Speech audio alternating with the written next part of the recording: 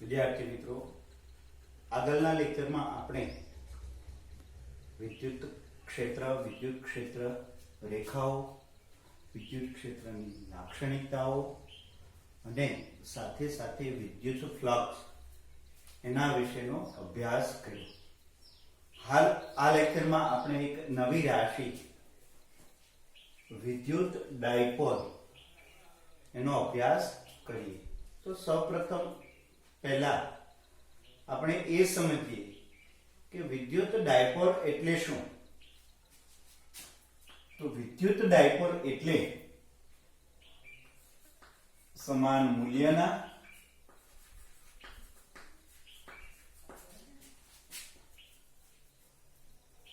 અને પરસ્પર વિરુદ્ધ પ્રકારના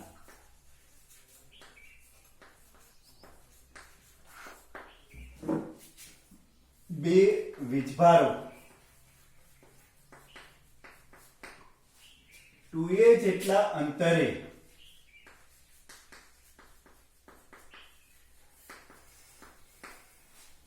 ગોઠવાય ત્યારે બનતી રચનાને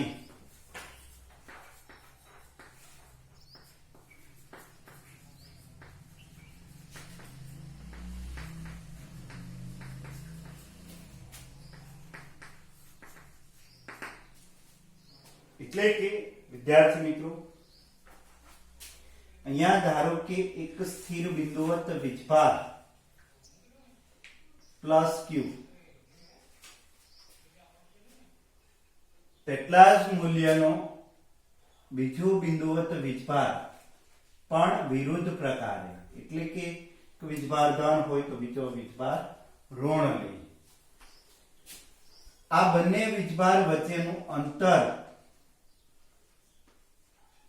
2a જેટલું મળે ત્યારે આ જે કઈ બનતી રચના એને આપણે વિદ્યુત ડાયપોલ કહીએ.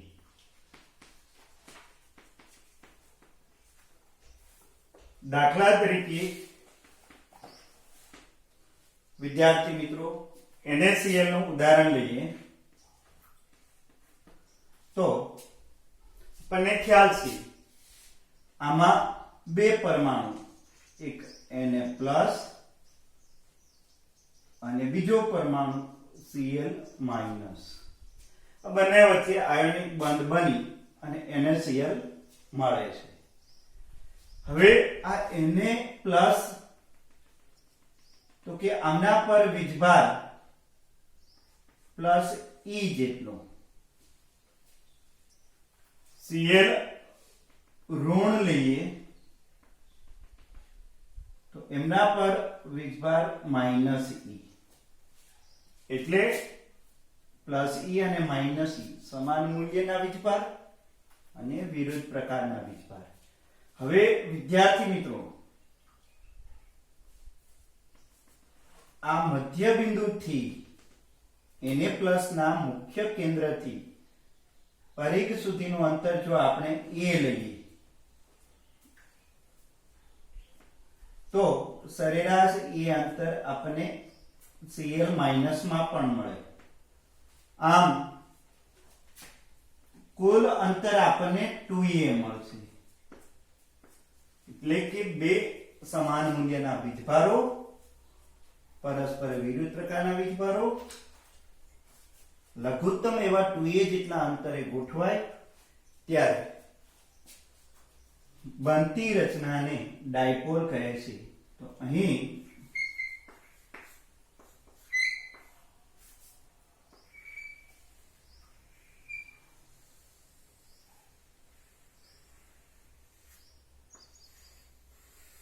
આવી રીતે આપણને એક Na+ Cl- થી ડાયપોલ પ્રાપ્ત થાય, જેને આપણે વિદ્યુત ડાયપોલ કહીએ છીએ.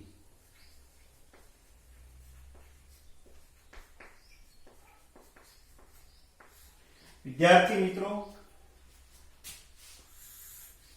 જો આપણે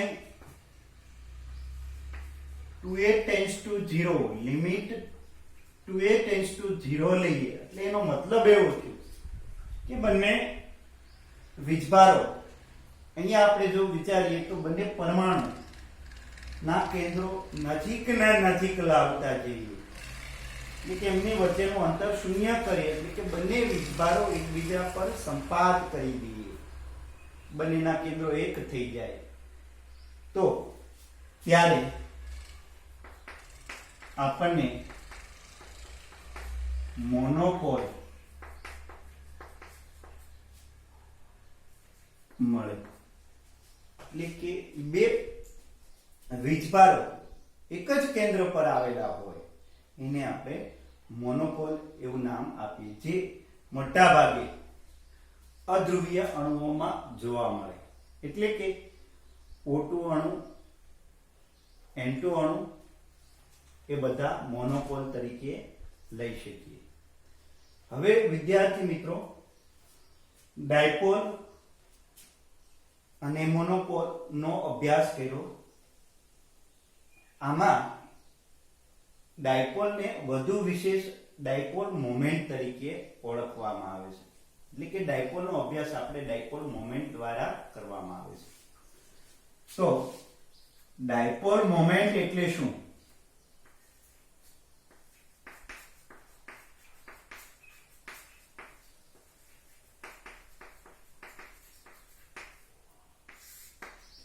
તો એ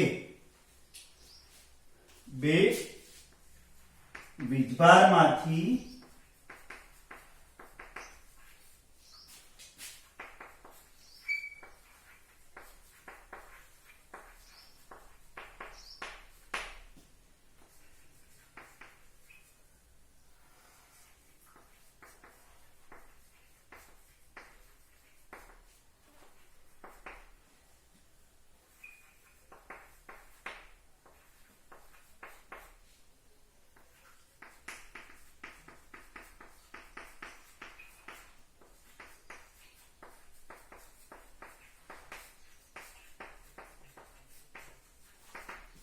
એટલે કે બે વીજભારમાંથી કોઈ એક વીજભારનું મૂલ્ય અને બે વીજભાર વચ્ચેનું અંતર 2a ના ગુણાકારને ડાયપોલ મોમેન્ટ કહે છે. ડાયપોલ મોમેન્ટની સંજ્ઞા p વડે રજૂ કરવામાં આવે છે. ડાયપોલ મોમેન્ટ p બે વીજભારમાંથી એક વીજભારનું મૂલ્ય q અને બંને વીજભાર વચ્ચેનું અંતર 2a, જેને આપણે ડાયપોલ મોમેન્ટ તરીકે લઈએ. વિદ્યાર્થી મિત્રો, ડાયપોલ મોમેન્ટ સદિશ રાશિ છે.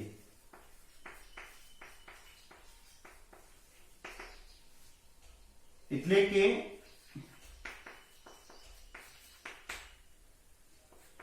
તેને ઋણ વીજભારથી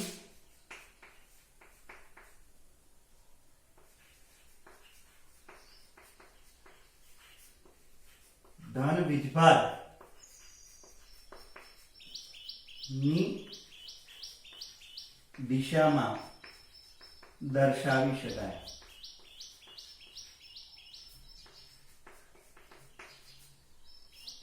સદિશ P is equal to Q 2a સદિશ. અહીંયા આપણે આ કિસ્સામાં જો આપણે ડાયપોલ મોમેન્ટ દર્શાવીએ તો 2a જેટલી લંબાઈનો સદિશ દર્શાવીએ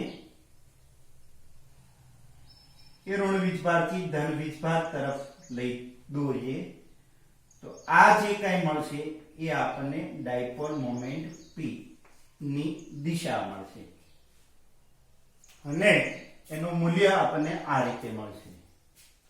ડાયપોલ મોમેન્ટનો એકમ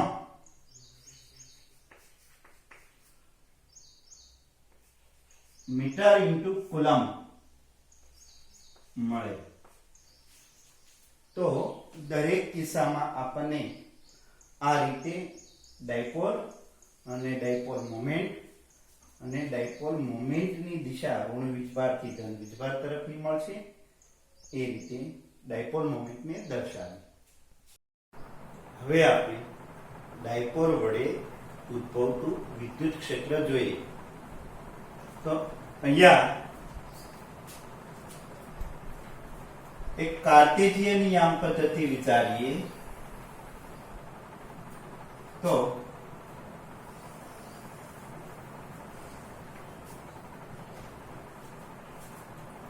ઉદ્ગમ બિંદુ ડાયપોલ એ ડાયપોલ નું મધ્ય કેન્દ્ર બને એ રીતે આપણે ડાયપોલને વાય અક્ષ પર સંપાત કરીએ.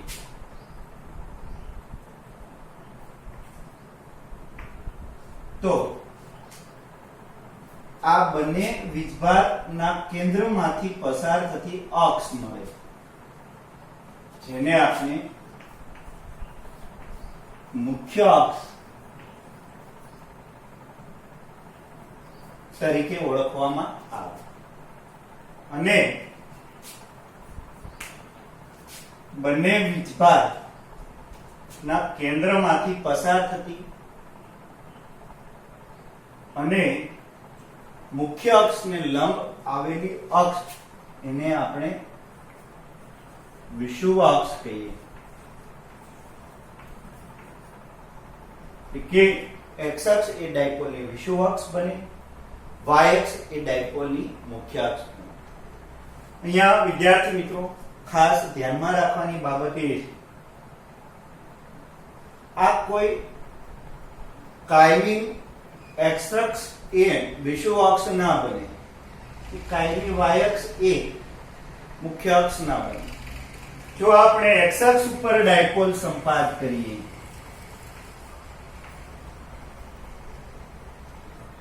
પ્લસ ક્યુ અને માઇનસ ક્યુ, તો આ એક્સ અક્ષ એ મુખ્ય અક્ષ બનશે. અને ધારો કે એના કેન્દ્રમાંથી આ મુખ્ય અક્ષને લંબ એક પસાર થતી અક્ષ લઈએ, એ ઝેડ અક્ષ હોય તો આ ઝેડ અક્ષ એ વિષુવ અક્ષ બને. તો અહીંયા ધ્યાનમાં રાખવાની બાબત વિદ્યાર્થી મિત્રો એ છે કે બંને વીજભારના કેન્દ્રમાંથી પસાર થતી કાલ્પનિક રેખાને ડાયપોલની મુખ્ય અક્ષ કહે છે, અને બંને વીજભારના મુખ્ય કેન્દ્રમાંથી પસાર થતી અને મુખ્ય અક્ષને લંબ આવેલી અક્ષને વિષુવ અક્ષ કહે છે. વિદ્યાર્થી મિત્રો, આ જે કઈ મુખ્ય કેન્દ્રથી ધન વીજભારનું જે અંતર મળશે એને આપણે a વડે રજૂ કરીએ, અને મુખ્ય કેન્દ્રથી ઋણ વીજભારનું જે અંતર મળશે એને આપણે એ અંતર કહીએ.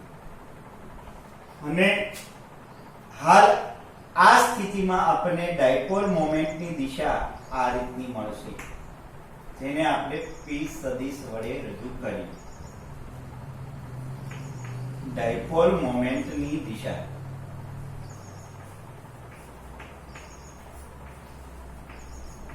જે આપણને ખ્યાલ છે ઋણ વીજભારથી ધન વીજભારની દિશામાં મળે.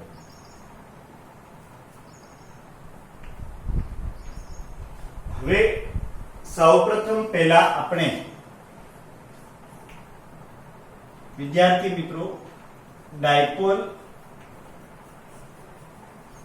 ના મુખ્ય અક્ષ પર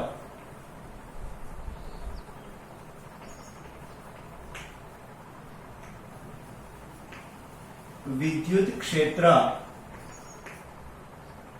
મેળવીએ. અહીંયા આકૃતિમાં ધારો કે ઉદ્ગમ બિંદુથી કોઈ એક r અંતરે મુખ્ય અક્ષ પર આવેલું બિંદુ એમ વિચારીએ.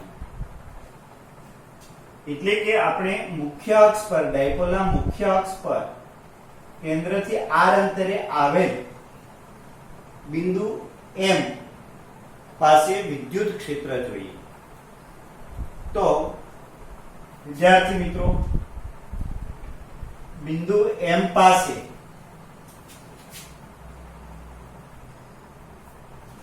આપણને પ્લસ Q વડે મળતું વિદ્યુત ક્ષેત્ર આ દિશામાં મળશે, જેને આપણે E પ્લસ Q વડે રજૂ કરીએ. શા માટે? તો આપણને ખ્યાલ છે ધન વીજભારનું વિદ્યુત ક્ષેત્ર હંમેશા કેન્દ્રથી દૂર જતી દિશામાં મળે. એક આ બિંદુએ આ વીજભાર વડે ઉદ્ભવતું વિદ્યુત ક્ષેત્ર આ દિશામાં મળશે. એવી જ રીતે ઋણ વીજભાર વડે આપેલ બિંદુએ ઉદ્ભવતું વિદ્યુત ક્ષેત્ર એ આપણને આ રીતે મળશે, જેને આપણે સદિશ E માઇનસ Q વીજભાર વડે દર્શાવીએ. તો M બિંદુ આગળ પરિણામી વિદ્યુત ક્ષેત્ર જો આપણે મેળવવું હોય તો અહીં આકૃતિમાં ડાયપોલના મુખ્ય કેન્દ્રથી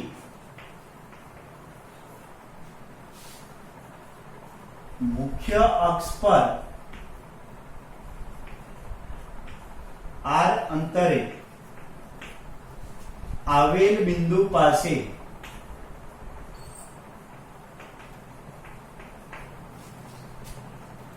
બંને વીજભાર વડે મળતું પરિણામી વિદ્યુત ક્ષેત્ર એટલે કે સદિશ E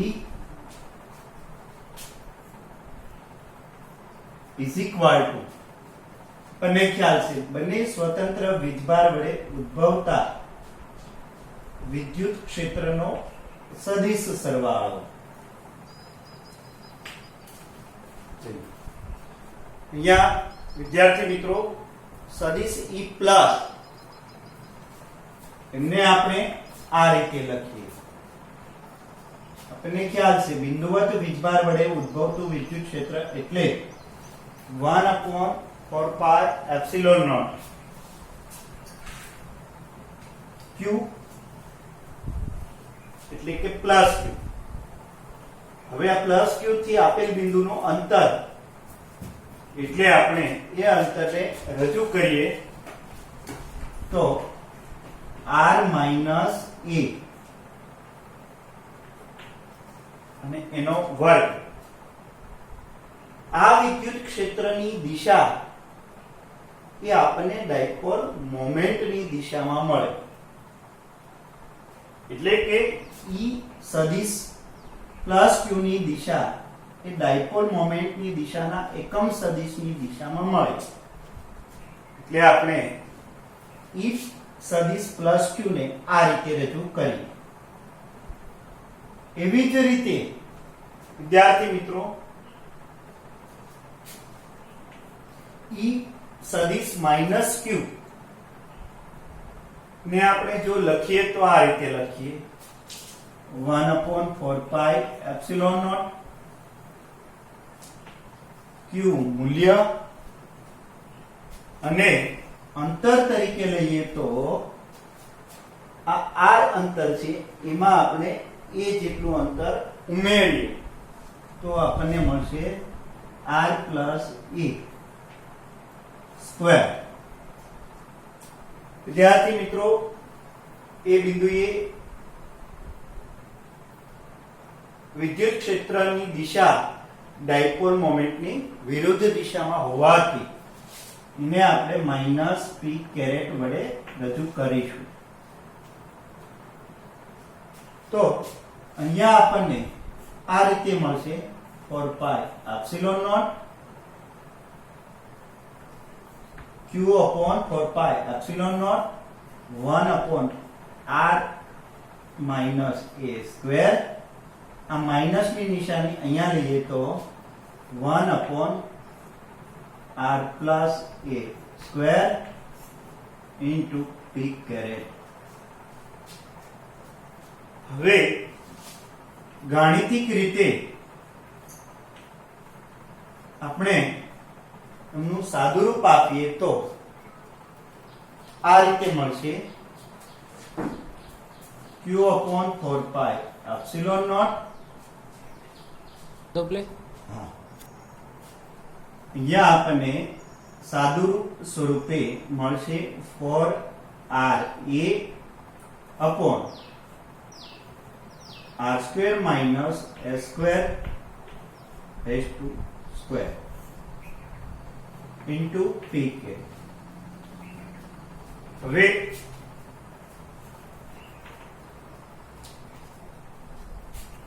આપણને ખ્યાલ છે 2aq is equal to આપણે ડાયપોલ મોમેન્ટ p લઈએ તો આ કિંમત આમાં ઉમેરી તો આપણને મળશે આ રીતે વિદ્યુત ક્ષેત્ર.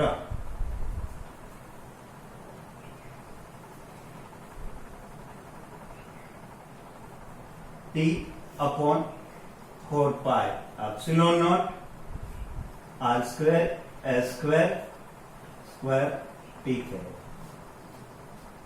વધુ વિશેષ જો આપણે લખીએ તો આ રીતે પણ લખી શકીએ 2kp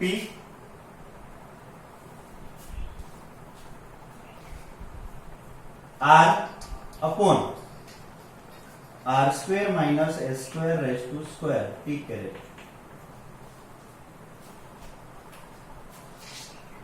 અહીં r અંતર જો એ કરતા ઘણું બધું વધારે હોય એટલે કે આપણે જે કઈ બિંદુ વિચારેલ છે એ બિંદુ કેન્દ્રથી મોટા અંતરે હોય એટલે કે r ની સાપેક્ષે એ ઘણું બધું નાનો હોય તો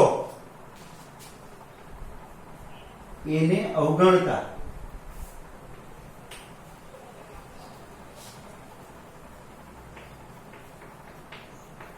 આપણને મુખ્ય અક્ષ પર વિદ્યુત ક્ષેત્ર પરિણામી મળશે આ રીતે 2 cap p upon r cube into p caret.